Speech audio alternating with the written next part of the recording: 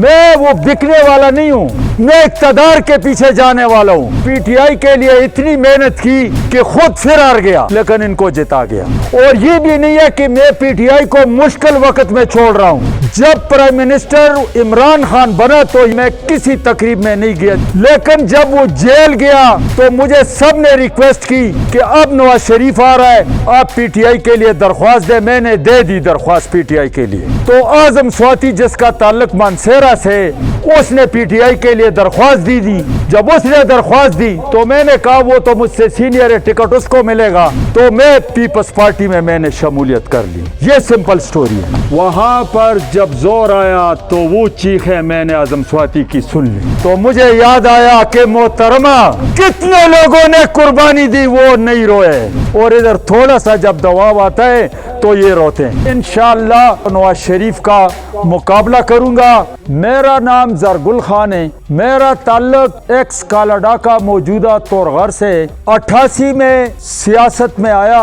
اس دفعہ انشاءاللہ اگر اللہ تعالیٰ نے چاہا تو 7ویں بار نواز شریف کے خلاف پیپلز پارٹی کے ٹکٹ پر آ رہا ہوں۔ میرے بارے میں مختلف باتیں ہوگی کہ یہ کدھر سے شامل ہوا، کیا ہوا۔ میں ملنگ سا آدمی ہوں، عام ایک ورکر جو ادھر بیٹھا ہوا ہے۔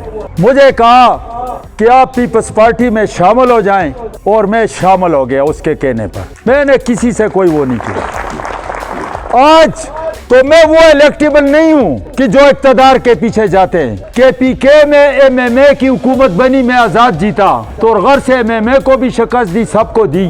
میں وہ بکنے والا نہیں ہوں، میں اقتدار کے پیچھے جانے والا ہوں۔ میں ہزارہ ڈویژن کا پی ٹی آئی کا ریجنل پریزیڈنٹ بنا، وہ بھی میں عمرے میں تھا، عمران خان نے مجھے ریجنل پریزیڈنٹ بنا دیا، اور 2018 کے جتنے یہ ٹکٹ تھے یہ میں نے تقسیم کیے، اور پی ٹی آئی کے لیے اتنی محنت کی کہ خود پھر ہار گیا لیکن ان کو جتا گیا۔ اور یہ بھی نہیں ہے کہ میں پی ٹی آئی کو مشکل وقت میں چھوڑ رہا ہوں۔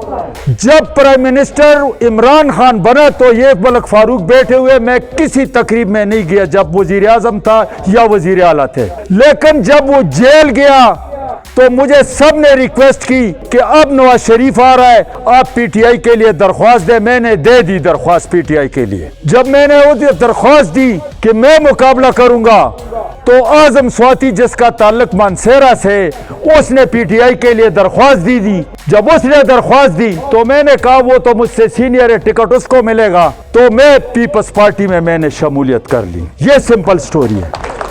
اور ادھر سے کیوں کی کہ جو ہماری ایکس پارٹی تھی پی ٹی آئی، وہاں پر جب زور آیا تو وہ چیخیں میں نے اعظم سواتی کی سن لی، تو مجھے یاد آیا کہ محترمہ کتنے لوگوں نے قربانی دی، وہ نہیں روئے، اور ادھر تھوڑا سا جب دباؤ آتا ہے تو یہ روتے ہیں۔ تو میں شہیدوں کی اور غیرت مندوں کی پارٹی میں شامل ہو گیا ہوں، اور انشاءاللہ اگر ٹکٹ ملا، اگر اللہ نے موقع دیا تو نواز شریف کا مقابلہ کروں گا۔